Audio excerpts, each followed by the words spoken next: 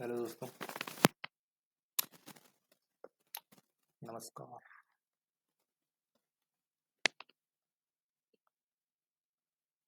प्रणिपात।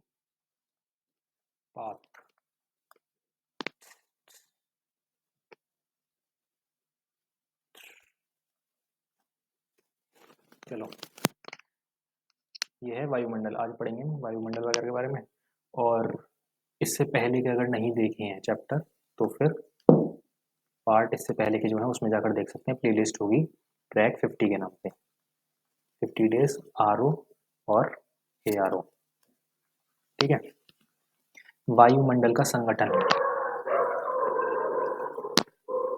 वायुमंडल अनेक गैसों का मिश्रण है। जो हमारा वायुमंडल है वो अनेक गैसों का मिश्रण है। गैसों के अतिरिक्त वायुमंडल में जलवाष्प यानी कि जब पानी को गर्म करते हैं जो हल्की सा धुआं निकलता है और फिर वो बाद में जम जाता है, उसे कहते हैं जलवाष्प। धूल के कण उपस्थित हैं। जलवाष्प और धूल के कण उपस्थित हैं। नाइट्रोजन समूह वायुमंडल के आयतन का 78% भाग है। नाइट्रोजन की उपस्थिति के कारण ही वायुदाब, पवनों की शक्ति तथा प्रकाश के परावर्तन का आभास होता है। लेग्यूमिनस पौधे वायुमंडलीय नाइट्रोजन पोषक तत्वों की पूर्ति करते हैं। ऑक्सीजन गैस वायुमंडल में 64 किलोमीटर तक फैली हुई है। वायुमंडल में इसकी मात्रा करीब 21% है। वायुमंडल में इसकी मात्रा कितनी है? 21%। यह जीवनदायिनी गैस मानी जाती है। ऑक्सीजन के अभाव में हम ईंधन नहीं जला सकते। आर्गन वायुमंडल का केवल 0.93% भाग है और वायुमंडल की निचली परतों में पाई जाती है। इसके अलावा वायुमंडल में हीलियम, नियोन, क्रिप्टॉन, जेनन जैसी अक्रिय गैसें भी अल्प मात्रा में मौजूद रहती हैं। ठीक है। फिर कार्बन डाइऑक्साइड वायुमंडल का केवल 0.03% भाग होते हुए भी एक महत्वपूर्ण गैस है। वायुमंडल का गैसीय संगठन। गैस का नाम नाइट्रोजन 78%। सबसे ज्यादा वायुमंडल में कौन सी गैस है? नाइट्रोजन। फिर आ जाती है ऑक्सीजन 21%। इसे ऑक्सीजन को क्या कहते हैं? प्राणवायु। Argon 0.93%, carbon dioxide 0.03%, neon 0.018, helium 0.005, ozone 0.00001%।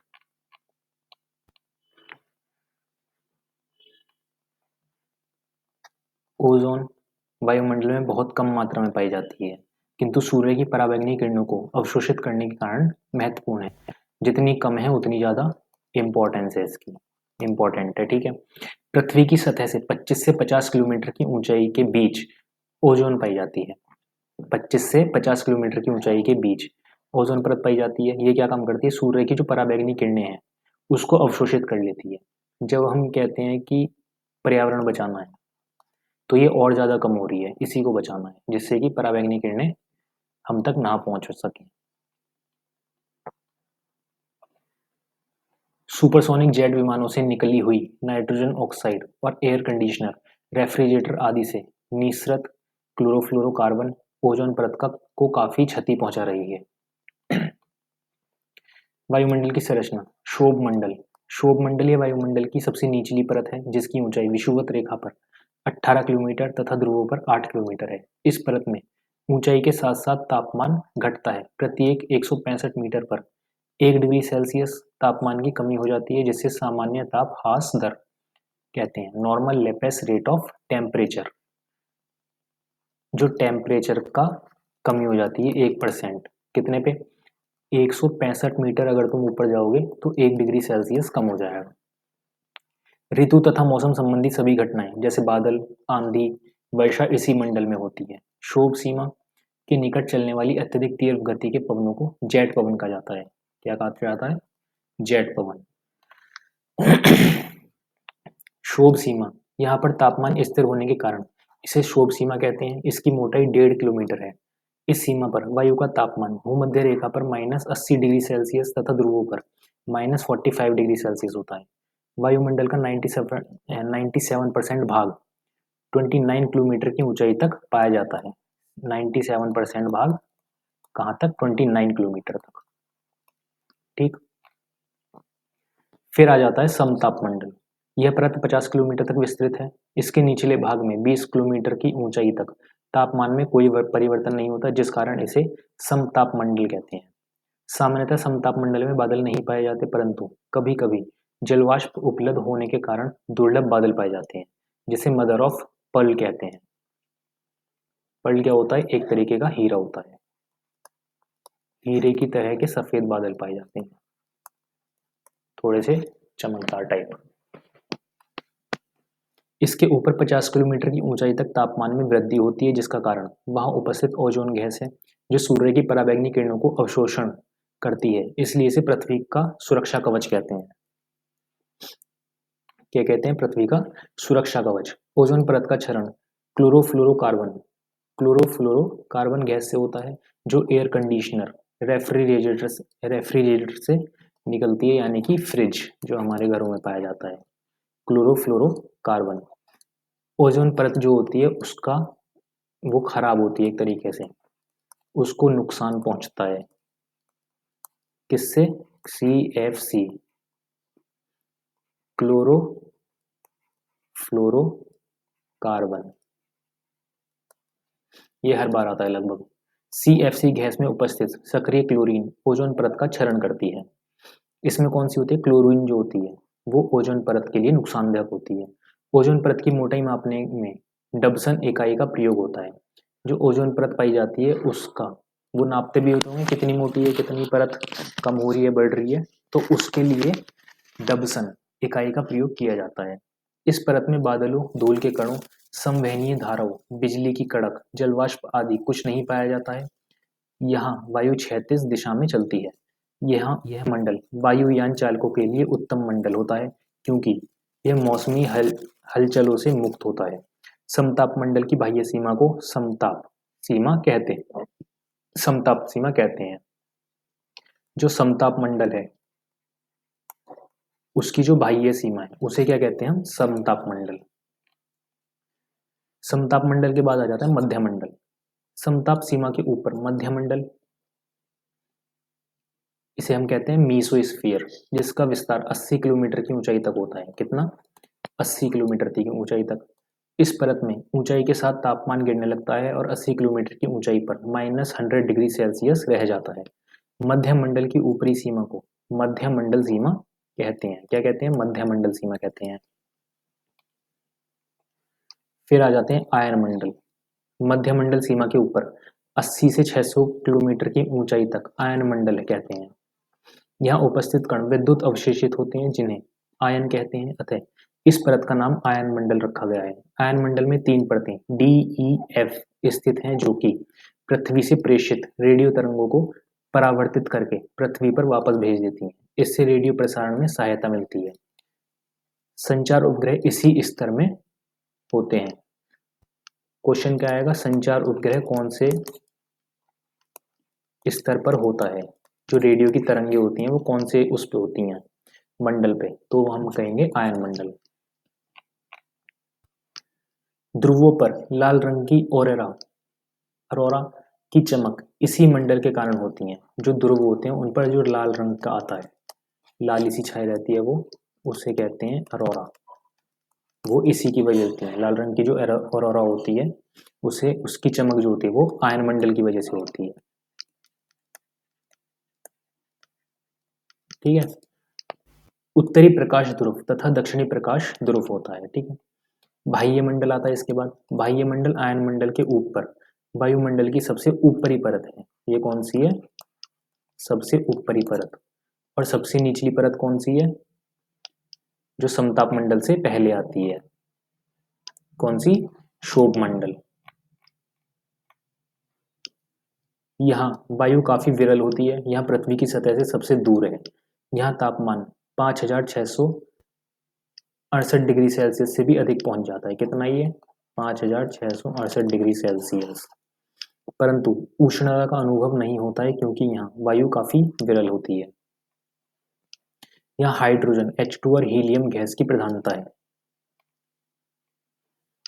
इस मंडल में 1000 किलोमीटर के बाद वायुमंडल बहुत ही विरल हो जाता है और अंततः 10,000 किलोमीटर की ऊंचाई के बाद यह क्रमशः अंतरिक्ष में विलीन हो जाता है। ठीक। ये वायुमंडल की संरचना हो गई। बाह्य मंडल, तापमान 1000 डिग्री से अधिक हो जाता है, 1000 डिग्री सेल्सियस से अधिक, और ये 640 किलोमीटर है, पृथ्वी से 640 किलोमीटर पर पाई जाती है। 80 किलोमीटर पर कौन सी पाई जाती है? आयन मंडल। ऊंचाई के साथ इसका तापमान बढ़ता है।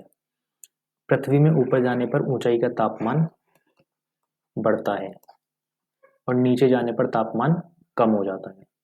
ठीक। आयन मंडल या ताप मंडल रेडियो तरंगों को परावर्तित करती है। उसके बाद मध्य मंडल उल्काएं पाई जाती हैं, 90 किलोमीटर ऊपर है और 100 डिग्री सेल्सियस होता है। ऊंचाई के साथ तापमान घटता है इसका। पृथ्वी से ऊपर जाने पर बढ़ता है। ठीक है। और 50 किलोमीटर 0 डिग्री सेल्सियस सामान्य मंडल है। यहाँ पे इतने पे 50 किलोमीटर तक ओजोन की एक परत होती है। शोभ सीमा, ये एवरेस्ट की ऊंचाई है यहाँ पर, शोभ सीमा। और इधर ये शोभ मंडल है जहाँ पे बरसात वगैरह और ये सब होता है।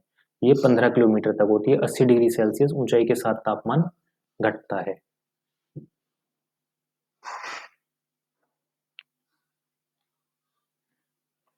वायुमंडल का रासायनिक संगठन। वायुमंडल को रासायनिक संगठन के आधार पर सममंडल, विषम मंडल दो भागों में विभाजित किया जाता है। सममंडल की रचना मुख्य रूप से ऑक्सीजन और नाइट्रोजन से हुई है। सममंडल की किससे हुई है? मुख्य रूप से ऑक्सीजन और नाइट्रोजन। तापमान के आधार पर इसमें शोभ मंडल, समताप मंडल, मध्य मंडल पाए जाते हैं। विषम मंडल की ऊंचाई 90 किलोमीटर से 10,000 किलोमीटर तक पाई जाती है। इसमें आणविक यानी कि एटॉमिक नाइट्रोजन परत, आणविक ऑक्सीजन परत, हीलियम परत तथा आणविक हाइड्रोजन परत पाई जाती है। समताप मंडल, यह परत 50 किलोमीटर तक। अच्छा, ये पढ़ चुके, ये दो बार आ गया पेज।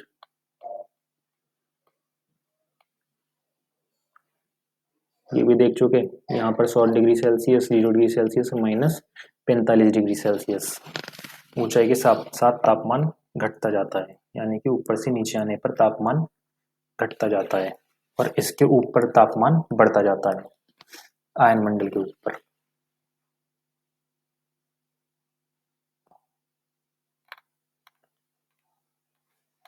इसके बाद आ जाता है सूर्य तप। सूर्य से पृथ्वी तक पहुंचने वाली सौर विकिरण ऊर्जा को सूर्य तप कहते हैं। यह ऊर्जा लघु तरंग दैर्घ्य के रूप में सूर्य से पृथ्वी तक पहुंचती है। यह लघु तरंग या विकिरण पृथ्वी पर 2 कैलोरी प्रति वर्ग सेंटीमीटर प्रति मिनट की दर से प्राप्त होती है, जो सौर स्थिरांक कहती है। इसे क्या कहते हैं? Solar constant. ठीक। पृथ्वी द्वारा प्राप्त वार्षिक सूर्यताप 3 जनवरी को 4 जुलाई पृथ्वी सूर्य से सबसे दूर होती है और अपेक्षा 7% अधिक होती है। दोपहर 12 बजे के समय पृथ्वी सर्वाधिक सूर्य ताप प्राप्त करती है, किंतु दिन का अधिकतम ताप 2 से 4 बजे के बीच होता है, क्योंकि ताप को ऊष्मा में परिवर्तित होने में समय लगता है।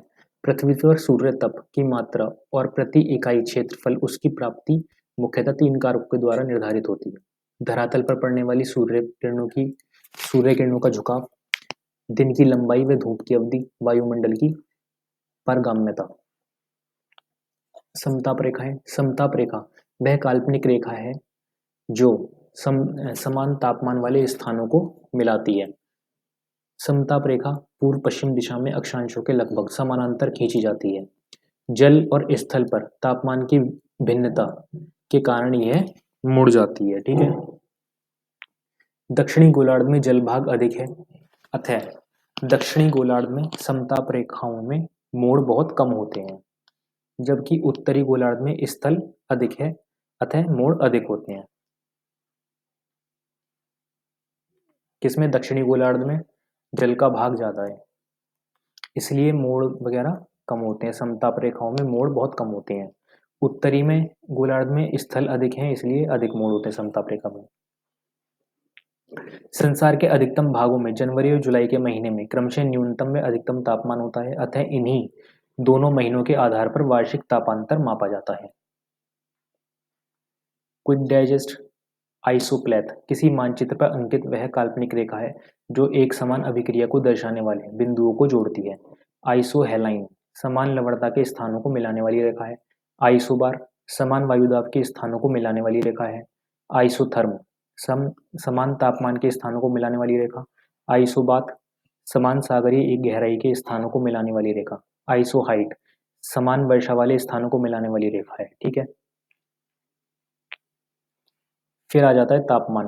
भूतल से लगभग 1 मीटर ऊपर स्थित वायु की गर्मी को उस स्थान का तापमान कहते हैं। धरातल पर तापमान के वितरण को प्रभावित करने वाले कारकों में प्रचलित पवनें, भूमध्य रेखा से दूरी, समुद्री धाराएं, समुद्र तट से दूरी, ढाल एवं समुद्र तल से ऊंचाई, मेघ तथा वर्षा आदि प्रमुख हैं। वायुमंडल गर्म और ठंडा निम्नलिखित क्रियाओं से होता है। वायुमंडल की तपन क्रियाएं संवहन, संचालन, विकिरण, अभिवहन द्वारा संपन्न होती है। विकिरण, रेडिएशन, यह क्रिया बिना किसी माध्यम की होती है, जिसमें कोई पदार्थ ऊष्मा तरंगों के संचार द्वारा सीधे गर्म होने को विकिरण कहते हैं। जैसे सौर विकिरण से पृथ्वी का गर्म होना, वायुमंडल का गर्म होना, इसका जो सोलर सिस्टम वगैरह होते हैं वैसे, यानी कि सूरज की रोशनी से या सौर की ऊर्जा से पृथ्वी गर्म हो जाती है, उसे कहते हैं विकिरण, सौर विकिरण। संचालन, कंडक्शन, जब असमान ताप वाली दो वस्तुओं को एक दूसरे के संपर्क में लाते हैं, दोनों का अलग अलग है टेम्परेचर, तो उनमें अधिक तापमान वाली वस्तु से कम तापमान वाली वस्तु की ओर ऊष्मा तब तक प्रवाहित होती है जब तक दोनों वस्तुओं का तापमान समान ना हो जाए। मान लो कोई गर्म प्लेट है और एक नॉर्मल प्लेट है, तो इसकी ऊष्मा इस तक प्रभावित होगी। ठीक है, जब तक दोनों का टेम्परेचर इक्वल ना हो जाए, बैलेंस कर देंगे। ठीक है, कुछ ये गर्म हो जाएगी और ये कुछ ठंडी हो जाएगी, तो बैलेंस हो जाएगा एक टेम्परेचर। वायुमंडल की निचली परतों को गर्म करने में संचालन महत्वपूर्ण है, इसी को कहते हैं संचालन। अभिवहन, इस क्रिया में ऊष्मा का क्षैतिज दिशा में स्थानांतरण होता है। इसमें निम्न अक्षांशों से उच्च अक्षांशों में ऊष्मा का स्थानांतरण वायु तथा समुद्री धाराओं द्वारा होता है। वायु के लंबवत संचालन की अपेक्षा वायु का क्षैतिज संचालन सापेक्षिक रूप से अधिक महत्वपूर्ण होता है। संवहन, इस क्रिया में किसी गैसीय या तरल पदार्थ के एक भाग से दूसरे भाग की ओर उसके अणुओं द्वारा ऊष्मा के संचार का संवहन कहते हैं। अधिकतम तथा न्यूनतम तापमान के अंतर को तापानंतर कहते हैं। तापांतर क्या होता है? जो ज़्यादा प्लेट, ये दो प्लेटें हैं, इनके बीच का जो अंतर होगा, अधिकतम तापमान, न्यूनतम तापमान, मान लो इसका 100 है, इसका 50 है, तो इनके बीच का जो तापांतर होगा वो 50 होगा। यह दो प्रकार का होता है, दैनिक तापांतर, वार्षिक तापांतर। किसी स्थान पर एक दिन के अधिकतम और न्यूनतम तापमान के अंतर को वहाँ का दैनिक तापांतर कहते हैं। गर्म मरुस्थलीय क्षेत्र में सबसे अधिक दैनिक तापांतर पाया जाता है। जो गर्म मरुस्थलीय क्षेत्र होते हैं उनमें सबसे ज़्यादा अधिक तापांतर पाया जाता है। वार्षिक तापांतर, किसी स्थान पर सबसे तथा सबसे ठंडे महीने के मध्य ताप के अंतर को वार्षिक तापांतर कहते हैं। विश्व में सबसे अधिक वार्षिक तापांतर साइबेरिया में पाया जाता है। सबसे अधिक वार्षिक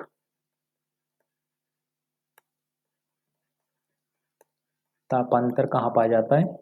साइबेरिया में।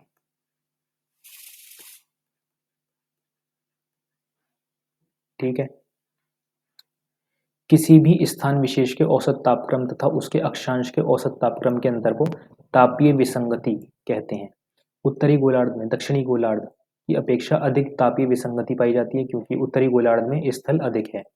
तापमान प्रतिलोमन, थर्मल इन्वर्जन, सामान्य परिस्थितियों में ऊंचाई के साथ साथ तापमान में कमी होती है। ठीक है, परंतु कुछ विशेष परिस्थिति में जब ऊंचाई में तापमान में वृद्धि होती है तो ऐसी स्थिति को तापीय प्रतिलोमन कहते हैं।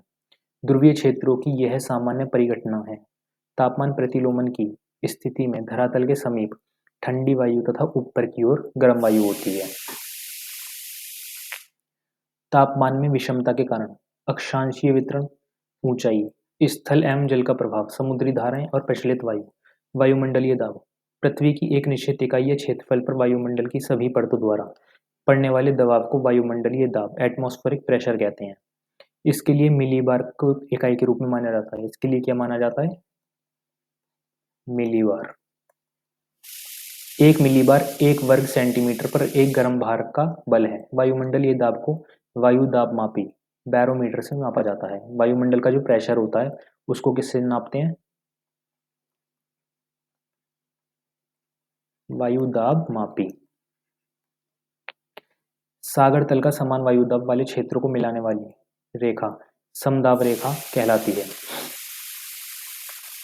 धरातल की तुलना में समुद्र तल पर वायुदाब अधिक तथा पर्वतों पर कम होता है। उसके बाद आ जाता है बैरोमीटर। बैरोमीटर के पठन में तेजी से गिरावट तूफानी मौसम का संकेत देती है।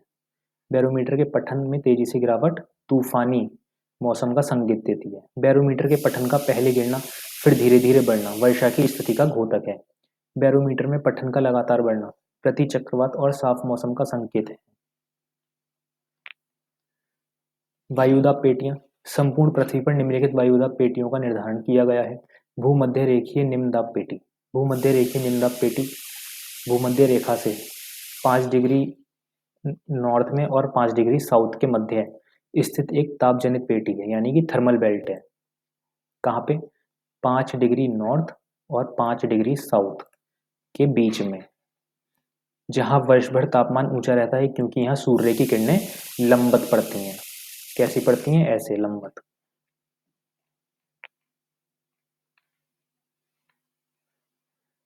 इस कटिबंध में धरातलीय क्षैतिज पवनें नहीं चलती, बल्कि उच्च तापमान के कारण वायु हल्की होकर ऊपर को उठती है। संवहनीय धाराओं का जन्म होता है। यही कारण है कि इस कटिबंध में केवल ऊर्ध्वाधर वायु धाराएं पाई जाती हैं। कैसी पाई जाती हैं? ऊर्ध्वाधर वायु धाराएं। क्षैतिज पवनों के अभाव में यहाँ का वातावरण शांत रहता है, जिसे डोल्ड्रम कहते हैं। यह भूमध्य रेखा के आसपास का निम्न दाब का क्षेत्र है। ध्रुवीय उच्च दाब और ध्रुवीय उच्च दाब 90 डिग्री उत्तर और 90 डिग्री दक्षिण। उपद्रवीय निम्न दाब की पेटी कहाँ पे है? 60 दक्षिण 60 डिग्री पर। उष्ण उच्च दाब की पेटी अश्व अक्षांश 30 डिग्री दक्षिण। डोल्ड्रम या भूमध्य रेखीय निम्न दाब की पेटी 0 डिग्री। डोल्ड्रम क्या है? 0 डिग्री। उष्ण उच्च दाब की पेटी 35 और वही उपद्रवीय 60 से 65। अब ये उष्ण उच्च दाब पेटी क्या है? उष्ण उच्च दाब पेटी सब ट्रॉपिकल हाई प्रेशर बेल्ट का विस्तार उत्तरी और दक्षिणी गोलार्ध में 30 से 35 अक्षांशों पर होता है। कौन से पर? 30 से 35 डिग्री अक्षांशों तक है।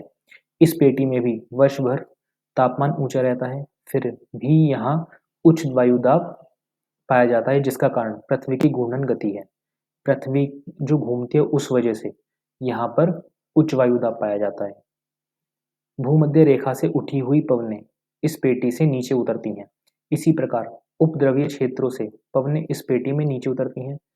फलतः यहाँ वायुदाब बढ़ जाता है। इस पेटी को अश्व अक्षांश भी कहते हैं। इस पेटी को क्या कहते हैं? अश्व अक्षांश भी कहते हैं।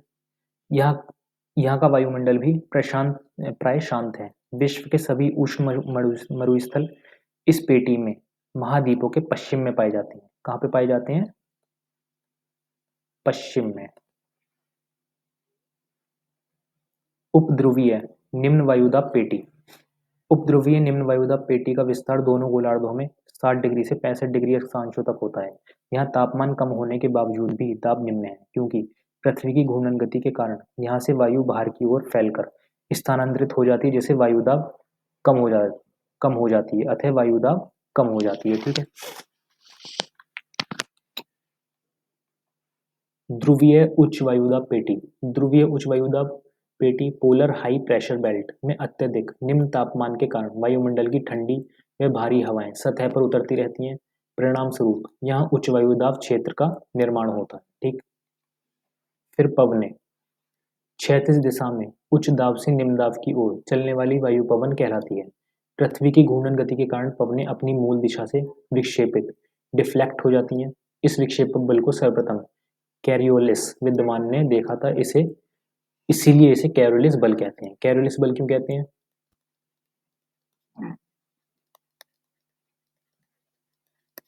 कैरियोलिस बल क्यों कहते हैं? क्योंकि कैरोलिस ने सबसे पहले इस पर ध्यान दिया था, इस चीज को नोटिस किया था।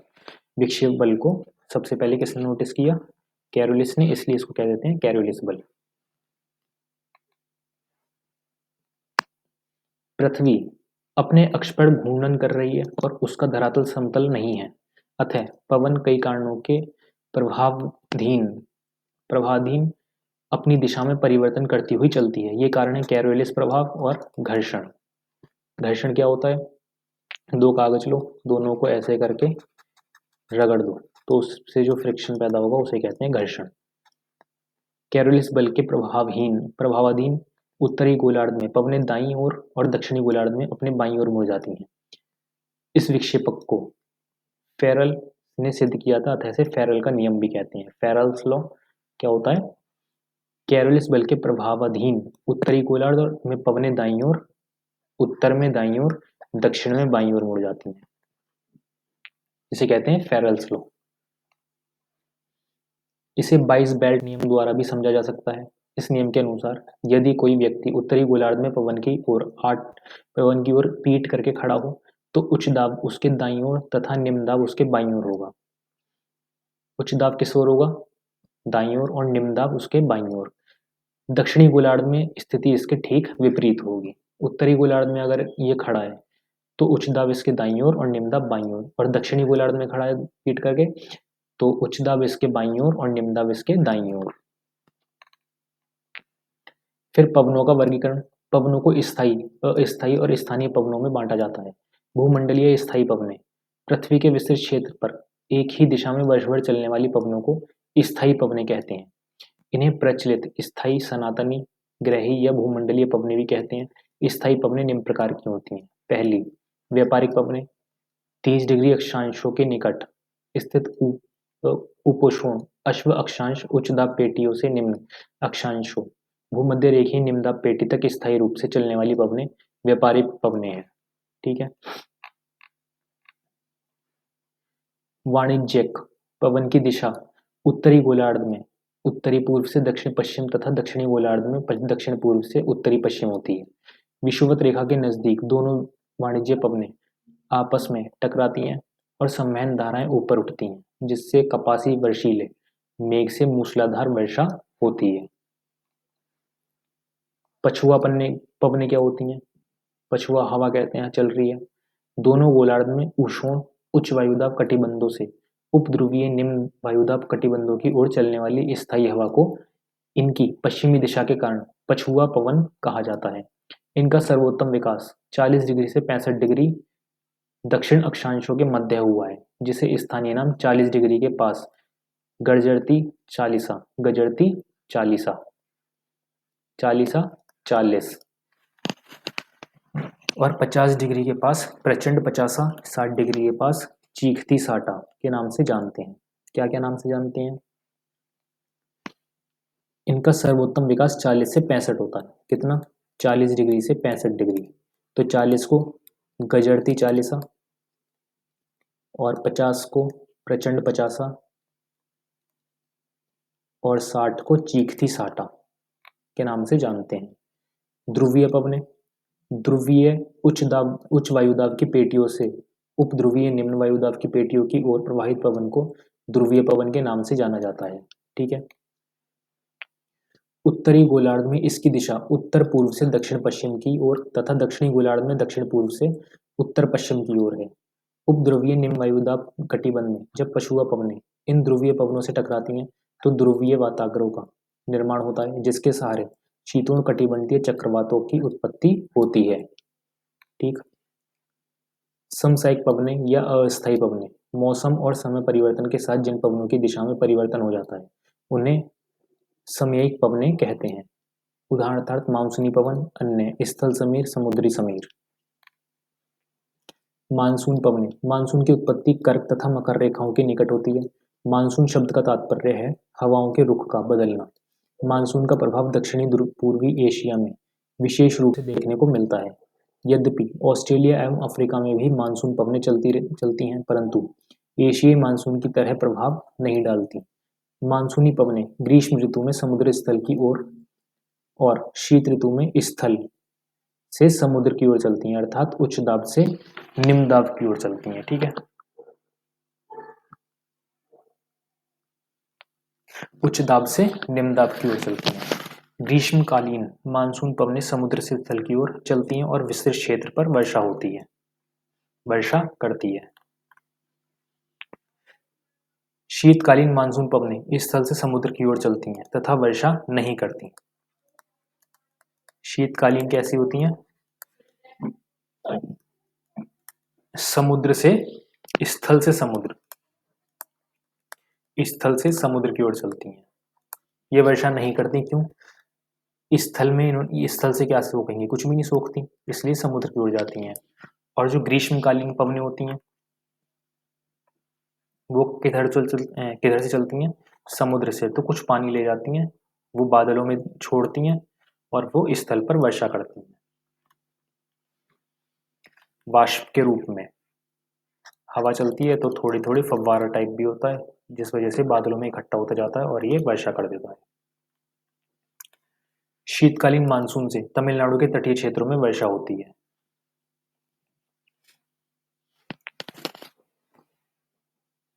शीतकालीन मानसून से तमिलनाडु के तटीय क्षेत्रों में मानसून से, ठीक है। स्थानीय समीर और समुद्री समीर, रात्रि में हवाएं स्थल से जल की ओर चलने लगती हैं, जिसे स्थलीय समीर कहते हैं। तापमान में विषमता होने के कारण दिन में समुद्र से स्थल की ओर हवाएं चलती हैं, जिसे समुद्री समीर कहते हैं।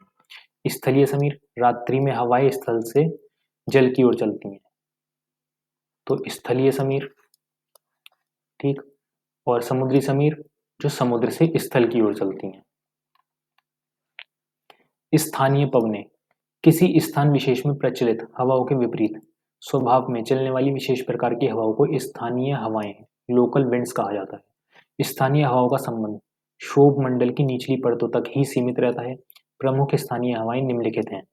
चिन्नुक उष्ण तथा शुष्क वायु है, उत्तरी अमेरिका के रॉकी पर्वत श्रेणियों के पूर्वी ढाल पर बहती हैं। इसकी गर्मी से तापमान एकाएक बढ़ जाता है और तेजी से बर्फ पिघलने लगती है। ये पशुपालकों के लिए लाभदायक होती है। फोन गर्म एवं शुष्क हवा है, उत्तरी अल्पास, स्विट्जरलैंड, फ्रांस, इटली के इसके प्रभाव क्षेत्र हैं। ये अंगूर की फसल के लिए लाभदायक है। मिस्ट्रल ठंडी एवं शुष्क हवा है, यह फ्रांस, मध्य यूरोप, राइन नदी की घाटी में बहती है, ठीक है। हरमटन गर्म अति शुष्क धूल में आंधी हवा है, पश्चिमी अफ्रीका प्रभाव क्षेत्र में है। ये पवनें गिनी तट पर नम ऊष्मा से लोगों को राहत देती हैं, इसलिए इसे डॉक्टर विंड की संज्ञा दी जाती है। इसी तरह की उष्ण एवं शुष्क हवा ऑस्ट्रेलिया के विक्टोरिया प्रांत में विक्र फील्डर कही जाती है।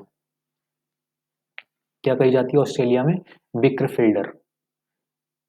सिरोको सिरोको अत्यधिक शुष्क, उष्ण और रेत से भी भरी हवा है। सहारा मरुस्थल से उत्तरी अफ्रीका, सिसिली, दक्षिणी इटली इसके प्रभाव क्षेत्र में है। सिमुम ईरान अत्यंत गर्म शुष्क तूफानी हवा होती है, जिसमें सामने की दृश्यता समाप्त हो जाती है, यानी कि विजिबिलिटी दिखाई नहीं देता, धूल धड़का एकदम। विली विली ऑस्ट्रेलिया के उत्तर पश्चिमी तट के समीप चलने वाला उष्णकटिबंधीय तूफान। लू उत्तरी भारत और पाकिस्तान के मैदानों में प्रवाहित होने वाली अति उष्ण और शुष्क हवा, जिसका तापमान 45 डिग्री से 50 डिग्री सेल्सियस तक होता है। ये होती है लू, जो जून के टाइम में देखी होगी, लू लग गई, लू लग गई। नॉर्वेस्टर्न न्यूजीलैंड में उच्च पर्वतों से उतरने वाली गर्म एवं शुष्क हवा। कोयम्बैक जावा इंडोनेशिया में बहने वाली गर्म हवा, जो तंबाकू की खेती को नुकसान पहुंचाती है। सांता आना कैलिफोर्निया में फल के बगीचे को काफी नुकसान पहुंचाती है। अन्य स्थानीय पवनें, गर्म पवनें प्रभावित क्षेत्र, ठंडी पवनें प्रभावित क्षेत्र। बर्ग दक्षिण अफ्रीका, यामू जापान, हबूब उत्तरी सूडान, ब्लैक रोलर उत्तरी अमेरिकी मैदान, सामुन ईरान, लेन सोलेने स्पेन, सुखोवे गरीच रूस, ईरान, कजाकिस्तान, टैमा मैंटेना इटली, काल वैशाखी पश्चिम बंगाल, ओसाम। बोरा एड्रियाटिक सागर, नॉर्दर्न अमेरिका, बिलजर्ड ध्रुवीय क्षेत्र, लेवेंटर स्पेन, बाइस फ्रांस, पूर्गा रूसी टुंड्रा प्रदेश, जूरन जुरा पर्वत स्विट्जरलैंड, पापागायो मैक्सिको तट, अयाला फ्रांस, पेम्पारो अर्जेंटीना और उरुग्वे। फिराजा बुरान रूस और मध्य एशिया में प्रवाहित, पोलांत फ्रांस और कॉर्सिका तट ठंडी, फाइजेम ब्राजील ठंडी। अब आज जेट प्रवाह, क्षोभ मंडल की ऊपरी परत में बहुत तीव्र गति से चलने वाले संकरे नलिकाकार और विसर्पी पवन प्रवाह को जेट प्रवाह कहते हैं। यह 7.5 किलोमीटर से 15 किलोमीटर की ऊंचाई पर पश्चिम से पूर्व की ओर प्रवाहित होती है। जेट वायुधाराएं 4 प्रकार की होती हैं। ध्रुवीय रात्रि जेट स्ट्रीम, ध्रुवीय वाताग्री जेट स्ट्रीम, उपोष्ण पछुआ जेट, उपोष्ण कटिबंधीय पूर्वी जेट स्ट्रीम। ठीक है, ये गोलार्ध 60 डिग्री से ऊपरी अक्षांशों में, 30 से 70 उत्तरी अक्षांशों के मध्य चलती है। ये 20 डिग्री से 35 डिग्री अक्षांशों में, और ये 35 से 8 डिग्री अक्षांशों के मध्य है। जेट प्रवाह दोनों गोलार्धों में पाया जाता है, किंतु उत्तरी गोलार्ध में अधिक शक्तिशाली होता है। जो बहुत जोर से हवा चलती है वो उत्तरी गोलार्ध में सबसे ज्यादा होती है। जेट प्रवाह वायुमंडलीय विक्षोभों, चक्रवातों, प्रतिचक्रवातों, तूफानों एवं वर्षा को उत्पन्न करने में सहायक होते हैं। उपोष्ण उच्च वायुदाब पेटी के ऊपर इसकी गति अधिक तीव्र होती है। वायुराशि वायुमंडल के उस विस्तृत तथा घने भाग को वायुराशि कहते हैं जिसमें विभिन्न ऊंचाई पर क्षैतिज रूप में तापमान, आर्द्रता संबंधी समानताएं होती हैं। इसकी जलवायु तथा मौसम के अध्ययन में महत्वपूर्ण भूमिका है। वायुराशियों से उत्पन्न घटनाएं, वाताग्रों का निर्माण, वायुमंडलीय विक्षोभ, चक्रवात तथा प्रतिचक्रवात, क्षेत्रीय मौसमी दशाएं आदि। वाताग्र विपरीत स्वभाव वाली दो वायुराशियां शीघ्रता से मिश्रित न होकर तापमान तथा आर्द्रता संबंधी पहचान बनाए रखने की कोशिश करती हैं। परिणाम स्वरूप इनके बीच में ढलुआ सीमा का विकास हो जाता है, जिसे वाताग्र कहते हैं। वाताग्र मुख्यतः 4 प्रकार के होते हैं: उष्ण वाताग्र, शीत वाताग्र, अधिविष्ट वाताग्र और स्थायी वाताग्र।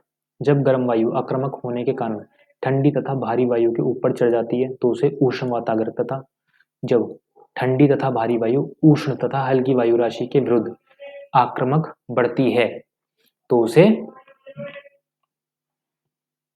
शीत वाताग्र कहते हैं। ऊपर ये और ऊर्जा उठा देती है तो उसे शीत वाताग्र कहते हैं।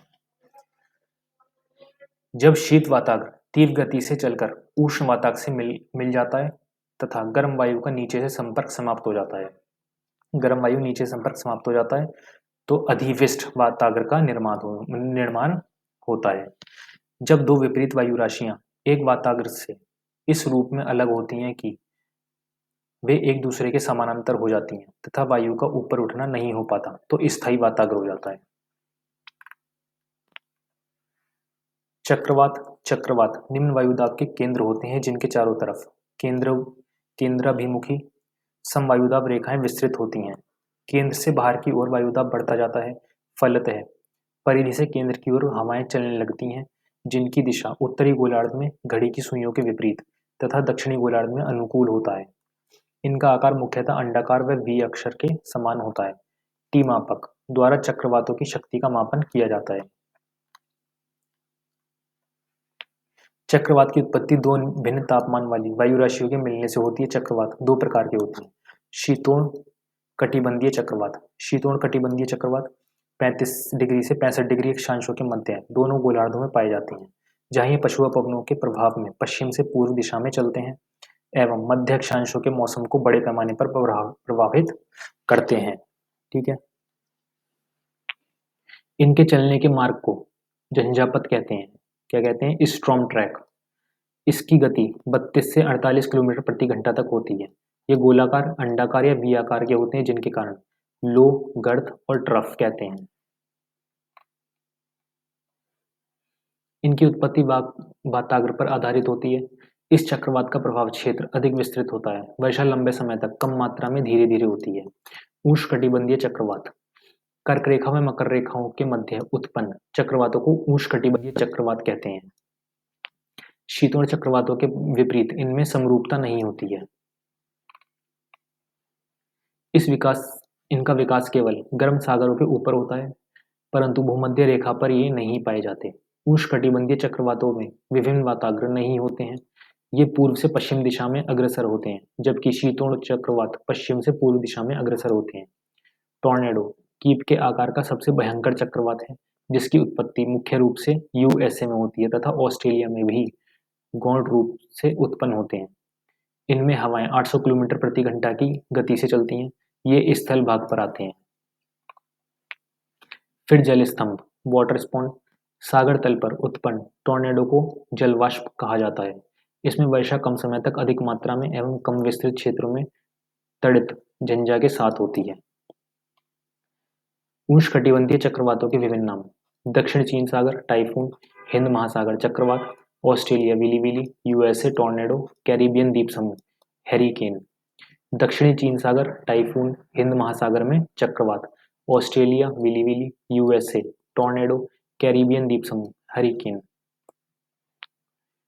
प्रतिचक्रवात की प्रकृति चक्रवात से पूर्णतः विपरीत होती है। इनके केंद्र में उच्च दाब का क्षेत्र होता है जबकि परिधि की ओर निम्न वायुदाब पाया जाता है। इसके कारण हवाएं केंद्र से परिधि की ओर अग्रसर होती हैं, अर्थात हवाओं की दिशा उत्तरी गोलार्ध में घड़ी की सुइयों के अनुकूल तथा दक्षिणी गोलार्ध में घड़ी की सुइयों के विपरीत होती हैं। उपोष्ण कटिबंधीय उच्च वायुदाब क्षेत्र में सर्वाधिक प्रतिचक्रवातों का निर्माण होता है, किंतु भूमध्य रेखा पर सर्वथा अभाव पाया जाता है। प्रतिचक्रवात में हवाएं ऊपर से नीचे की ओर अवतलित होती हैं, इसलिए इसके केंद्रीय भाग में मौसम साफ रहता है व वर्षा की संभावना नहीं रहती। प्रतिचक्रवातों में वाताग्र नहीं बनते। इनका व्यास चक्रवातों से कई गुना अधिक होता है तथा ये काफी बड़े क्षेत्र पर विस्तृत होते हैं। आर्द्रता वायुमंडल में उपस्थित जलवाष्प को आर्द्रता कहते हैं। इसकी मात्रा वायुमंडल में 0 से 4% तक पाई जाती है। आर्द्रता को ग्राम प्रति घन मीटर में मापा जाता है। जब किसी वायु में उसकी सामर्थ्य के बराबर जलवाष्प आ जाए तो उसे संतृप्त वायु सैचुरेटेड एयर कहते हैं। यह मात्रा तापमान में वृद्धि के साथ बढ़ती है। जिस न्यूनतम तापमान पर कोई वायु संतृप्त हो जाती है उस बिंदु को कोसांक बिंदु ड्यू पॉइंट कहते हैं। आर्द्रता 3 प्रकार की होती है। निरपेक्ष आर्द्रता वायु की प्रति इकाई आयतन में विद्यमान जलवाष्प की मात्रा को निरपेक्ष आर्द्रता कहते हैं। इसे ग्राम प्रति घन मीटर में व्यक्त किया जाता है। सापेक्ष आर्द्रता किसी भी तापमान पर वायु में उपस्थित जलवाष्प तथा उसी तापमान पर उसी वायु की जलवाष्प धारण करने की क्षमता के अनुपात को सापेक्ष आर्द्रता कहते हैं। इसे प्रतिशत में व्यक्त किया जाता है। ये वायुमंडलीय आर्द्रता को प्रकट करने में सर्वोत्तम ढंग है। सापेक्ष आर्द्रता किसी ताप पर उपस्थित जलवाष्प की मात्रा उसी ताप पर उसी वायु की आर्द्रता इंटू 100। विशिष्ट आर्द्रता वायु के प्रति इकाई भार में जलवाष्प के भार को विशिष्ट आर्द्रता कहते हैं। इसे ग्राम प्रति किलोग्राम की इकाई में मापा जाता है। संघनन एवं और उसके रूप जल की गैसीय अवस्था से तरल या ठोस अवस्था में परिवर्तित होने की प्रक्रिया को संघनन कहा जाता है। संघनन 2 कारकों पर निर्भर होता है, तापमान में कमी एवं वायु की सापेक्षिक आर्द्रता। तापमान में कमी एवं वायु की सापेक्षिक आर्द्रता। पहली दशा में हिमांक के नीचे संघनन होने से हिम तुषार का निर्माण होगा। दूसरी दिशा में हिमांक के ऊपर संघनन होने से ओस कोहरा और बादल का निर्माण होगा। ठीक। ओस धरातल के सन्निकट की वायु में उपस्थित जलवाष्प जब संघनन प्रक्रिया द्वारा बूंदों में परिणित हो जाती है तो उन्हें ओस कहते हैं। तुषार धरातल जब तापमान हिमांक से नीचे आ जाता है तो वायुमंडल से उपस्थित जलवाष्प बूंदों के रूप में ना बनकर हिमकणों के रूप में बदल जाता है, जिसे तुषार या पाला कहते हैं। कोहरा धरातल से सटी हुई जलवाष्प युक्त वायु जब बृहद पैमाने पर शीतल होती है तो उपस्थित जलकणों के कारण पारदर्शिता प्रभावित होती है। धुंध जब कोहरा घना ना होकर पतला होता है तो उसे धुंध कहते हैं। धुआंसा यह काल कारखानों वाले क्षेत्रों में उत्पन्न होता है, इसे धुएं का कोहरा भी कहा जाता है। दृश्य तालिका धुंध 2 किलोमीटर से कम, कुहासा 1 से 2 किलोमीटर, कोहरा 1 किलोमीटर से कम, घूम कोहरा लगभग शून्य दृश्यता। इस स्मॉग को क्या कहते हैं, जिसमें दिखाई नहीं देता, शून्य दृश्यता। बादल मुख्यतः हवा के रुद्धोष्म प्रक्रिया द्वारा ठंडे होने पर उसके तापमान के ओसांक से नीचे गिरने से बनते हैं। जो उसकी ओस होती है उससे नीचे गिर जाते हैं कम तापमान पर। नेफोमीटर से बादलों की दिशा एवं गति का मापन किया जाता है। किससे किया जाता है?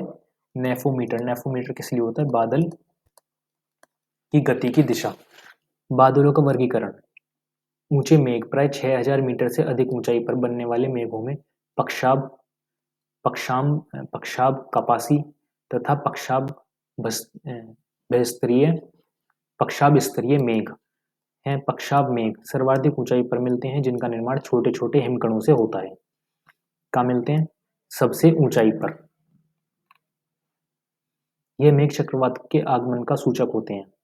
पक्षाभ स्तरीय मेघ सूर्य और चंद्रमा के चारों ओर प्रभामंडल का निर्माण होता है। पक्षाभ कपासी मेघ गोपी के आकार के दिखाई देते हैं। मेघ मध्य 2000 से 6000 मीटर की ऊंचाई पर उपस्थित मेघों के मध्य कपासी एवं स्तरीय मेघ शामिल हैं। निम्न मेघ धरातल से 2000 मीटर की ऊंचाई तक बनने वाले मेघों में स्तरीय तथा स्तरीय कपासी वर्षा स्तरीय वर्षा कपासी मेघ सम्मिलित हैं। ऊर्ध्वाधर विकास वाले मेघ आधार से शीर्ष तक 18 किलोमीटर, इनमें कपासी मेघ तथा कपासी वर्षा मेघ शामिल हैं।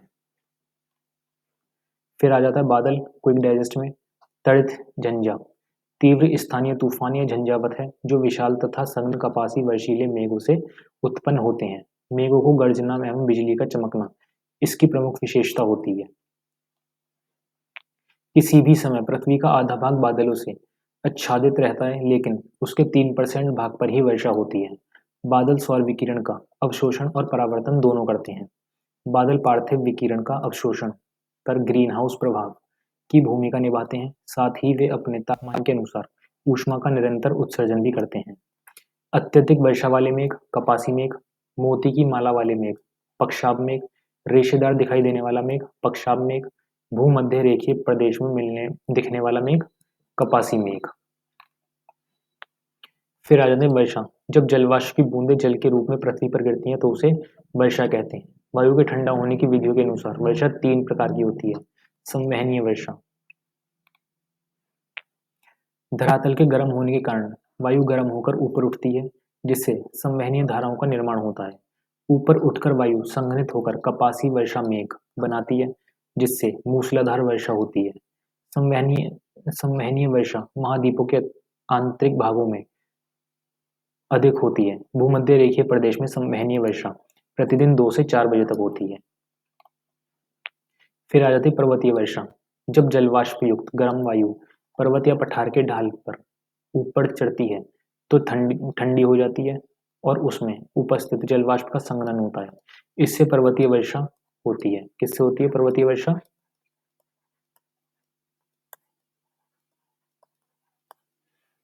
जब जलवाष्प युक्त गर्म वायु पर्वत या पठार के ढाल पर ऊपर चढ़ती है, जैसे ढाल पर ऊपर चढ़ती है तो ठंडी हो जाती है और उसमें उपस्थित जलवाष्प का संघनन होता है। इससे पर्वतीय वर्षा होती है। संसार की अधिकतर पर्वतीय वर्षा इसी रूप में होती है। पवनाभिमुख ढालों पर वर्षा की मात्रा बहुत अधिक होती है, जबकि पवन विमुख पर वर्षा बहुत कम या नहीं होती, क्योंकि पवन विमुख ढाल पर हवा में बहुत कम आर्द्रता रह जाती है तथा हवा नीचे उतरने के कारण उष्ण होने लगती है और इससे वर्षा नगण्य होती है। इसे वृष्टि छाया प्रदेश कहते हैं। भारत में इसका सर्वोत्तम उदाहरण पश्चिमी घाट में स्थित महाबलेश्वर वर्षा 600 सेंटीमीटर तथा पुणे वर्षा 70 सेंटीमीटर है। ठीक है, ये दोनों एक दूसरे के कुछ किलोमीटर की ही दूरी पर स्थित हैं। चक्रवाती वर्षा चक्रवातों द्वारा होने वाली वर्षा को चक्रवाती या वाताग्रीय वर्षा कहते हैं। आयन रेखाओं तथा मध्य अक्षांशों में अधिकतर वर्षा चक्रवातों द्वारा होती है। यहाँ गर्म एवं शीतल वायु राशियों के टकराने से भीषण तूफानी दशाएं उत्पन्न हो जाती हैं और गर्म वायु राशि शीतल वायु राशि के ऊपर चढ़कर संघनित हो वर्षा कराती है। फिर आ जाता है वर्षामापी। वर्षा की माप वर्षामापी के द्वारा की जाती है। संसार के मानचित्र पर समान पृष्ठ वाले स्थानों को मिलाने वाली रेखा को आइसोहाइट रेखाएं कहते हैं। जलवायु किसी विस्तृत क्षेत्र की औसत मौसम दशाओं में परिवर्तन को उस स्थान की जलवायु कहा जाता है। जलवायु में तापमान, वायुदाब, वर्षा, आर्द्रता, वायु की गति आदि का योग होता है। सर्वप्रथम यूनानियों ने तापक्रम के आधार पर जलवायु को उष्ण, समशीतोष्ण तथा शीत कटिबंधीय में बांटा। जर्मन भूगोलवेत्ता व्लादिमीर कोपन ने वर्षा 1936 में जलवायु का वर्गीकरण तापमान के साथ वर्षा एवं वनस्पति घटकों के आधार पर किया। विश्व की जलवायु को सामान्य रूप में निम्नलिखित वर्गों में बांटा जाता है। उष्णकटिबंधीय वर्षा वन जलवायु। यह जलवायु 0 डिग्री से 10 डिग्री उत्तरी दक्षिण अक्षांश पेटियों में विस्तृत है। यह भूमध्य रेखीय जलवायु या सेल्वस या गर्म पेटी भी कहलाती है। इसका औसत वार्षिक तापमान 70 डिग्री सेल्सियस होता है, जबकि वर्षा की मात्रा 200 सेंटीमीटर से अधिक होती है। दोपहर के बाद प्रचुर मात्रा में वर्षा होती है।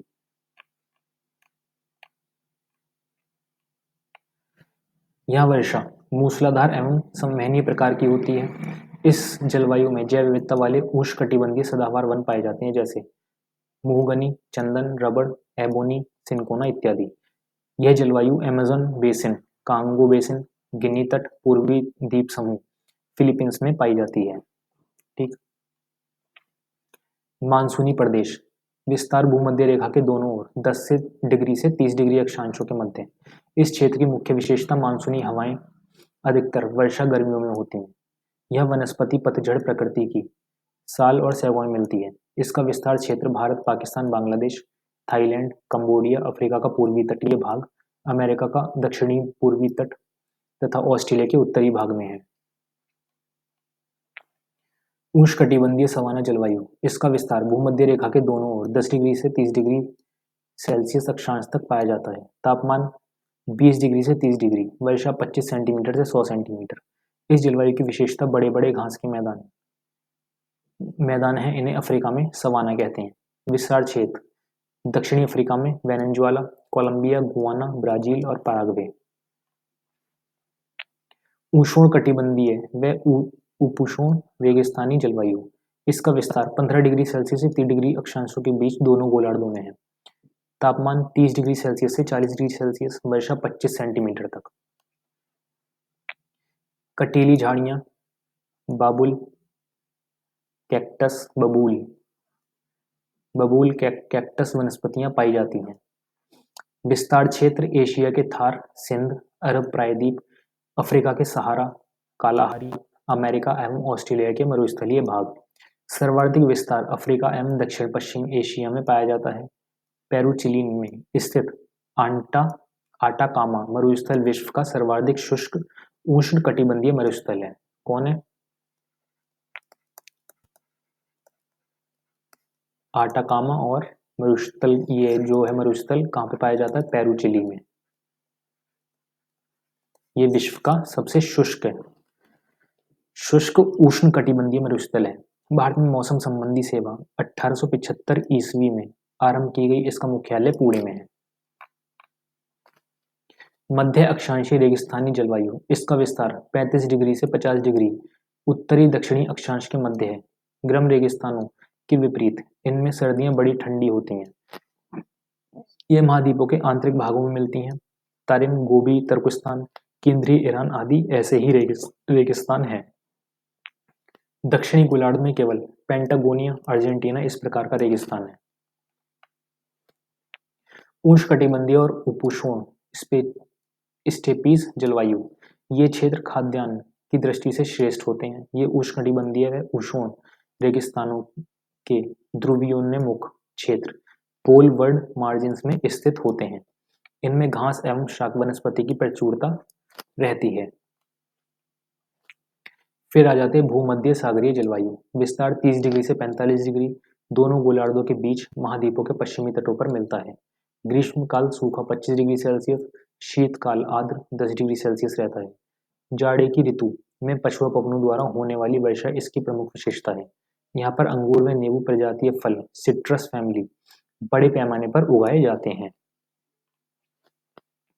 इस क्षेत्र में छोटी शुष्क झाड़ियां, जैतून, ओक, कार्क के वृक्ष मिलते हैं। भूमध्य सागरीय जलवायु Chile, Cyprus, Algeria, California, Rome, Cape Town, Los Angeles, Perth, Santiago, San Francisco में पाई जाती हैं। चीन सदृश जलवायु यह भूमध्य सागरीय जलवायु के ठीक विपरीत महाद्वीपों के पूर्वी किनारों पर 25 डिग्री से 45 डिग्री उत्तरी तथा दक्षिणी अक्षांशों के बीच मिलती है। तापमान 19 डिग्री सेल्सियस, वार्षिक वर्षा लगभग 120 सेंटीमीटर। इन क्षेत्रों में वर्ष भर वर्षा होती है।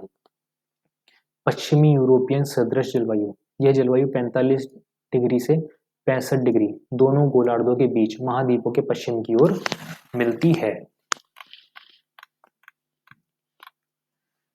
यहाँ ग्रीष्मकाल तथा शीतकाल का तापमान क्रमशः 15 डिग्री सेल्सियस से 18 डिग्री सेल्सियस तथा 2 डिग्री सेल्सियस से 10 डिग्री सेल्सियस होता है। यह शीतकाल में ज्यादा वर्षा होती है। अधिकांश वर्षा शीतोष्ण चक्रवातीय प्रकार की होती है। इसके बाद आ जाता है टैगा जलवायु। इसका नामकरण इस क्षेत्र में मिलने वाली शंकुधारी वृक्षों, शंकु ऐसे शंकु के आकार के जो वृक्ष होते हैं के आधार पर किया जाता है। विस्तार 50 डिग्री से 65 डिग्री उत्तरी गोलार्ध में पाए जाते हैं। क्षेत्र विस्तार उत्तरी अमेरिका में, मध्य कनाडा, यूरोप में स्वीडन, दक्षिणी फिनलैंड, पोलैंड, पश्चिमी रूस व साइबेरिया है।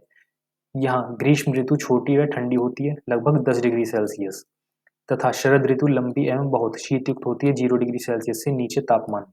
यह सर्वाधिक वार्षिक तापांतर पाया जाता है। वर्षा लगभग 50 सेंटीमीटर होती है। विश्व का शीत ध्रुव कहा जाने वाला बरख्यांश यहीं स्थित है। टैगा वन फर्नीचर में उपयोग होने वाली लकड़ी स्पूफ चीड़ के अच्छे स्रोत हैं और यहाँ फर वाले जानवर भी बहुतायत में मिलते हैं। टैगा वनस्पति को बोरियल वनस्पति भी कहा जाता है। फिर आया टुंड्रा जलवायु। ये उत्तरी गोलार्ध में 66 डिग्री उत्तरी अक्षांश में पाए जाते हैं। इनके विस्तार क्षेत्र यूरोप में नॉर्वे, फिनलैंड, रूस का उत्तरी भाग, एशिया में साइबेरिया का उत्तरी भाग, उत्तरी अमेरिका में उत्तरी कनाडा व अलास्का है। यहाँ जलवायु अत्यधिक ठंडी होती है। शीतकाल अति लंबा और कठोर होता है। यहाँ वर्षा 30 सेंटीमीटर से कम होती है। यहाँ बिलिजार्ड पवनें चलती हैं। यहाँ लाइकेन और मॉस सामान्य रूप में मिलते हैं। उच्च भूमि जलवायु, यह जलवायु पर्वतीय भागों में पाई जाती है। इसमें ऊंचाई के अनुसार तापमान घटता है 6.5 डिग्री सेल्सियस पर 1000 मीटर, यानी कि 1 किलोमीटर पर 6.5 डिग्री सेल्सियस घटता है। ठीक है, इसलिए विषुवत रेखा पर स्थित कैलिमंजारो पर्वत के ऊपर हिम आच्छादन रहता है। जो कैलिमंजारो पर्वत है ऊपर बर्फबारी वगैरह होते रहती है। ठीक है, जलवायु निर्धारण में ऊंचाई, ऊर्ध्वाधर प्रवणता, आकार आदि मुख्य कारक होते हैं। ऊंचाई के साथ साथ वनस्पति भिन्न प्रकृति की होती चली जाती है। फिर आ जाते हैं हम जलमंडल पर। जलमंडल हाइड्रोस्फीयर से तात्पर्य है पृथ्वी पर उपस्थित समस्त जलराशि से है। भूमंडल के 70.8% भाग है। 70% या 71% बोल सकते हैं। क्या है? जल, यानी कि पानी। पृथ्वी पर उपस्थित जल की कुल मात्रा का 97.5% भाग जल महासागरों में है, जो खारा है। पृथ्वी के जल का 2.5% भाग ही मीठा पीने योग्य है। जलमंडल के अंतर्गत महासागर, सागर, खाड़ियां आदि सम्मिलित किए गए हैं। दक्षिणी गोलार्ध में 81% जल, 90% स्थल, उत्तरी गोलार्ध में 40% जल, 60% स्थल भाग है। जलमंडल का वह बड़ा भाग जिसकी कोई निश्चित सीमा ना हो महासागर कहलाता है।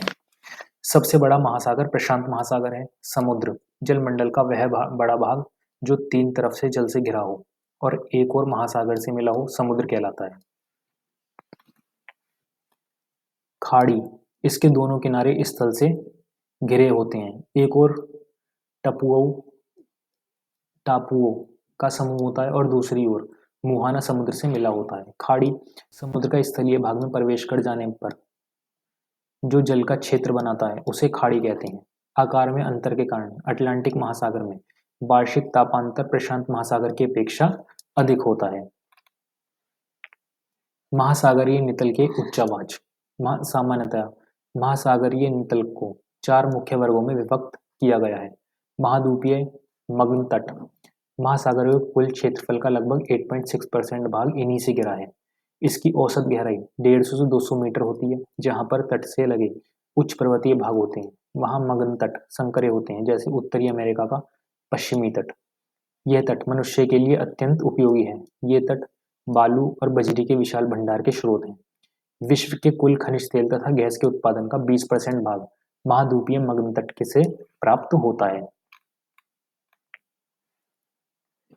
महाद्वीपीय मग्न ढाल समस्त सागरीय क्षेत्र के 8.5% भाग पर पाए जाते हैं। इस क्षेत्र का सर्वाधिक विस्तार अटलांटिक महासागर 12.4% में पाया जाता है। इसका औसत ढाल 2 से 5 डिग्री तथा गहराई 200 मीटर से 3000 मीटर के बीच होती है। महासागरीय गर्त महासागरीय नितल के लगभग 7% भाग पर फैली है। यह सक्रिय ज्वालामुखी तथा प्रबल भूकंप वाले क्षेत्रों से संबंधित है। कुछ महत्वपूर्ण गर्त का नाम, स्थिति और गहराई। मैरियाना उत्तरी प्रशांत महासागर, टोंगा मध्य दक्षिण प्रशांत महासागर, प्यूर्टो रिको अटलांटिक महासागर पश्चिमी द्वीप समूह, डायमेटिना हिंद महासागर के दक्षिण पूर्व, सोंडा पूर्वी हिंद महासागर, प्रशांत महासागर में गुआम द्वीप फिलीपींस के समीप स्थित मैरियाना गर्त विश्व का सबसे गहरा गर्त है जिसे चैलेंजर गर्त भी कहते हैं। महासागरीय कटक पर्वतों की दो श्रृंखलाओं से बने होते हैं जो एक विशाल अवनमन द्वारा अलग किए गए होते हैं। कहीं कहीं ये कटक समुद्री जल स्तर से ऊपर उठकर द्वीप बन जाते हैं। एज़ोर्स द्वीप उत्तरी अटलांटिक महासागर, अंतः सागरीय कैनियन, समुद्र में डूबी हुई घाटियां होती हैं। अलास्का के पश्चिम बेरिंग सागर में संसार के सबसे लंबे कैनियन पाए जाते हैं जैसे बेरिंग, प्रीबिलोफ, जैमजूक कैनियन। महासागरीय तल से ऊपर उठे हुए नुकीले भाग समुद्री पर्वत कहलाते हैं। समुद्री पर्वत की सर्वाधिक संख्या प्रशांत महासागर में पाई जाती है। एम्परर समुद्री पर्वत जो प्रशांत महासागर में हवाई द्वीप समूह का विस्तार है। विश्व के प्रमुख 5 महासागर निम्नलिखित हैं। प्रशांत महासागर विश्व का सबसे बड़ा और गहरा महासागर है जिसकी आकृति त्रिभुजाकार है। क्षेत्रफल 16.5 करोड़ वर्ग किलोमीटर है। उत्तर में बेरिंग जल डमरू मध्य, दक्षिण में अंटार्कटिका महाद्वीप, पश्चिम में एशिया तथा ऑस्ट्रेलिया एवं पूर्व में उत्तरी तथा दक्षिणी अमेरिका महाद्वीप स्थित है। इस महासागर में सर्वाधिक गर्त 32 एवं सर्वाधिक द्वीप पाए जाते हैं। प्रशांत महासागर में अटलांटिक तथा हिंद महासागर के समान मध्यवर्ती कटक नहीं पाया जाता है, लेकिन कुछ बिखरे कटक जैसे एल्बेट्रॉस पठार, न्यूजीलैंड कटक, क्वींसलैंड पठार, हवाई कटक आदि पाए जाते हैं। तटवर्ती सागर जैसे बेरिंग सागर, जापान सागर, पीला सागर, जावा सागर, बांडा सागर, एरापुरा सागर, कोरल सागर पश्चिमी भाग में स्थित है। अलास्का की खाड़ी, कैलिफोर्निया की खाड़ी, पनामा की खाड़ी, फाल्सो की खाड़ी इसके पूर्वी भाग में स्थित है। अटलांटिक महासागर यह महासागर संसार का छठा भाग घेरे हुए है जिसका क्षेत्रफल लगभग 8.296 करोड़ वर्ग किलोमीटर प्रशांत महासागर का आधा है। अटलांटिक महासागर की आकृति अंग्रेजी अक्षर एस जैसी है। इसके पश्चिम में उत्तरी तथा दक्षिण अमेरिका, पूर्व में यूरोप तथा अफ्रीका, दक्षिण में अंटार्कटिका, उत्तर में ग्रीनलैंड, हडसन की खाड़ी, बाल्टिक सागर तथा उत्तरी सागर स्थित है। मग्न तट स्थित सागरों एवं खाड़ियों के कैरिबियन सागर, मैक्सिको खाड़ी, हडसन खाड़ी, उत्तरी सागर, बाल्टिक सागर, नॉर्वे सागर, डेनमार्क जल डमरू मध्य, बिस्के की खाड़ी, भूमध्य सागर तथा गिनी की खाड़ी आदि प्रमुख है।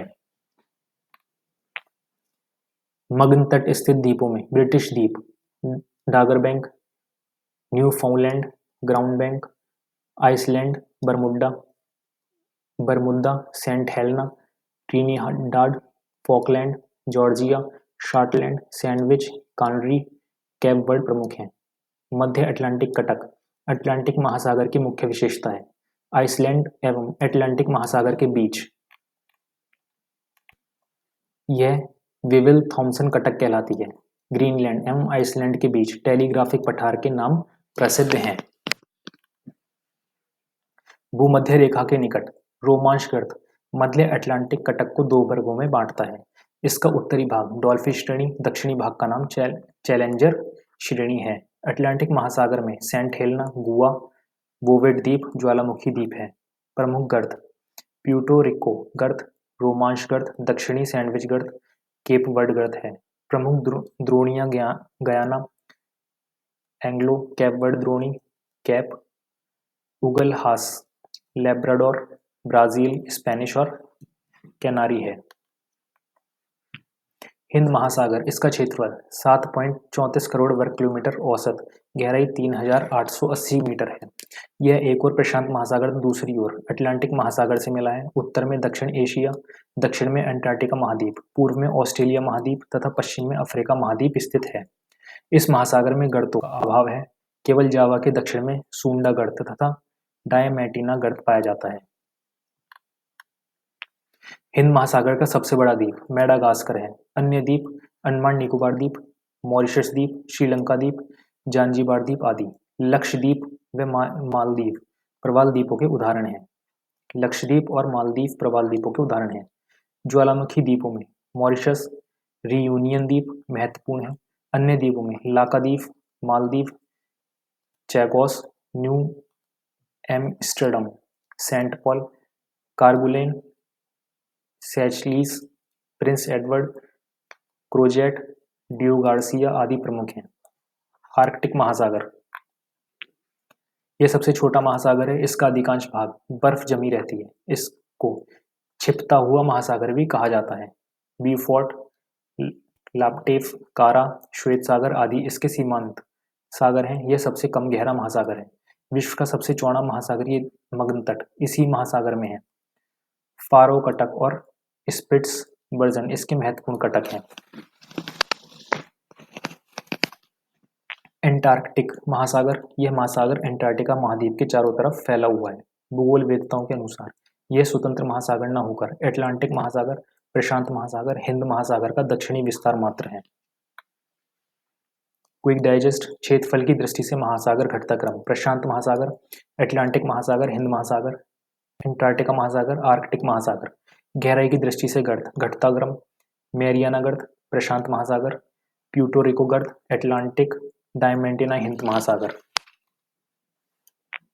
लवणता सागरीय जल के भार एवं उसमें घुले हुए पदार्थों के भार के अनुपात को सागरीय लवणता कहा जाता है। इसे ग्राम प्रति हजार 10/100 के रूप में व्यक्त करते हैं। समुद्री जल की लवणता लगभग 35 ग्राम प्रति 1000 ग्राम है। लवणता के संघटकों में क्लोरीन सबसे ज्यादा मिलने वाला तत्व है। नदियां लवणता को सागर तक पहुंचाने वाले कारकों में सर्वप्रमुख हैं, परंतु नदियों द्वारा लाए गए लवणों में कैल्शियम की मात्रा सर्वाधिक होती है। कर्क तथा मकर रेखाओं के क्षेत्र 35 अक्षांश निकट में लवणता सबसे ज्यादा होती है और ध्रुवों पर सबसे कम। भूमध्य रेखीय भागों में अपेक्षाकृत कम लवणता पाई जाती है, क्योंकि यहाँ प्रतिदिन वर्षा होती है। समान खारेपन वाले स्थानों को मिलाकर खींची गई रेखा को समलवण रेखा कहते हैं। खुले महासागरों में मिलने वाली लवणता में सबसे अधिक लवणता उत्तरी अटलांटिक महासागर के सारगैसो क्षेत्र में 38 डिग्री में मिलती है। अंशतः बंद सागरों में भूमध्य सागर 37 से 39, लाल सागर 37 से 41, फारस की खाड़ी में अत्यधिक लवणता मिलती है। यहाँ अत्यधिक लवणता मिलने का कारण वर्षा का अभाव, स्वच्छ जल प्राप्त नदियों का अभाव, उच्च तापमान एवं वाष्पीकरण की तीव्रता है। बंद सागरों में विश्व में सर्वाधिक लवणता पाई जाती है, जैसे मोन लेक, मृत सागर और ग्रेट सॉल्ट लेक। महासागरीय जलधाराएं महासागरों की सतह पर एक निश्चित दिशा में बहुत अधिक दूर तक बहने वाले जल को महासागरीय धारा कहते हैं। धाराएं दो प्रकार की होती हैं, पहला गर्म और दूसरा ठंडा। जो धाराएं भूमध्य रेखा में से ध्रुवों की ओर निम्न अक्षांशों से उच्च अक्षांशों की ओर गति करती हैं, वे गर्म होती हैं। ये गर्म मार्ग में पड़ने वाले क्षेत्र का तापमान बढ़ा देती हैं। जो धाराएं ध्रुवीय क्षेत्रों से भूमध्य रेखा की ओर उच्च अक्षांशों से निम्न अक्षांशों की ओर गति करती हैं, वे ठंडी होती हैं। ये मार्ग क्षेत्र का तापमान घटा देती हैं। ये तापमान घटा देती हैं, ये मार्ग तापमान बढ़ा देती हैं। ये धाराएं उत्तरी गोलार्ध में दाहिनी ओर एवं दक्षिणी गोलार्ध में बाईं ओर प्रवाहित होती हैं। ये कैरियोलिस बल के प्रभाव से होता है। महासागरीय धाराओं के उत्पन्न होने के कारण पृथ्वी की घूर्णन गति, तापमान की भिन्नता, घनत्व के अंतर, वायुदाब एवं पवनें, सागर की लवणता में अंतर, तटरेखा का आकार। महासागर की प्रमुख धाराएं नाम, प्रकृति। अटलांटिक महासागर की धाराएं: उत्तरी विषुवतीय जलधारा उष्ण, दक्षिणी विषुवतीय रेखा उष्ण, फ्लोरिडा की धारा उष्ण, गल्फ स्ट्रीम या खाड़ी की धारा उष्ण, नॉर्वे की जलधारा उष्ण, लेब्राडोर की धारा ठंडी, पूर्व ग्रीनलैंड धारा ठंडी, कैनरी की धारा ठंडी, ब्राजील की जलधारा उष्ण, बेंगुएला ठंडी, एंटार्क्टिका प्रवाह ठंडी, विपरीत विषुवतीय जलधारा उष्ण। प्रशांत महासागर की धाराएं: उत्तरी विषुवतरेखीय जलधारा उष्ण, उत्तरी प्रशांत प्रवाह उष्ण, अलास्का की धारा उष्ण, सुशीमा धारा उष्ण, क्यूराइल जलधारा ठंडी, कैलिफोर्निया की धारा ठंडी है, दक्षिणी विषुवतरेखीय जलधारा उष्ण, पूर्वी ऑस्ट्रेलिया धारा उष्ण, हेम्बोल्ट अथवा पेरुवियन धारा ठंडी, विपरीत विषुवत रेखीय जलधारा उष्ण। हिंद महासागर की धाराएं दक्षिणी विषुवत रेखीय जलधारा उष्ण, मोजाम्बिक धारा उष्ण, उगल हास धारा उष्ण, पश्चिमी ऑस्ट्रेलिया की धारा ठंडी, ग्रीष्मकाल मानसून प्रवाह उष्ण, शीतकालीन मानसून प्रवाह उष्ण। ये सब मैप है वगैरह कंट्री, ये है ग्रीन धारा, गल्फ स्ट्रीम, ये सब है। एल नीनो और ला नीनो धारा। एल नीनो प्रशांत महासागर में पेरू के पश्चिमी तट से 200 किलोमीटर दूर पर उत्तर से दक्षिण दिशा में चलने वाली एक उपसतही गर्म जल धारा है। इसे विपरीत धारा भी कहते हैं क्योंकि सामान्य समय में इस भाग में पेरू जलधारा दक्षिण से उत्तर की ओर बहती है। एल नीनो के कारण पेरू में सामान्य से अधिक वर्षा होती है। जब एल नीनो का विस्तार प्रशांत महासागर से हिंद महासागर तक हो जाता है, तब हिंद महासागर पर निम्न दाब और भारतीय प्रायद्वीप पर उच्च दाब का आविर्भाव हो जाता है, जिससे हवाएं भारत से हिंद महासागर की ओर चलने लगती हैं, अतः भारत में सूखे की स्थिति उत्पन्न हो जाती है। और लानीना भी एक विपरीत महासागरीय धारा है। इसका अविर्भाव पश्चिमी प्रशांत महासागर में उस समय होता है जबकि पूर्वी प्रशांत महासागर पेरू तट पर एल नीनो का प्रभाव समाप्त हो चुका होता है। जब एल नीनो का प्रभाव समाप्त हो जाता है तब ला नीनो का प्रभाव स्टार्ट हो जाता है। यह भारत में सामान्य मानसून से अधिक वर्षा करती है। ला नीना और एल नीनो को की विपरीत स्थिति है, अर्थात ला नीना साधारण स्थिति है। सारगैसो सागर उत्तरी अटलांटिक महासागर में उत्तर भूमध्य रेखीय धारा गल्फ स्ट्रीम तथा कानरी धारा द्वारा एक प्रतिचक्रवातीय प्रवाह कम पाया जाता है, जिससे गतिहीन एवं शांत जल पाया जाता है, जिसमें सारगैसम घास फैली रहती है। इस भाग का सारगैसो सागर कहा जाता है। सारगैसो सागर को सर्वप्रथम स्पेन के नाविकों ने देखा था। सारगैसो सागर के चारों ओर समुद्री धाराएं प्रवाहित होती हैं। प्रवाल भित्तियां कोरल लीव्स का निर्माण मूंगा यानी कि कोरल्स, जो संघ सीलेंट्रेटा का एक समुद्री जीव है, उष्णकटिबंधीय महासागरों में पाया जाता है। जीवों के अस्थिपंजर के समकेन एवं संयोजन द्वारा होता है।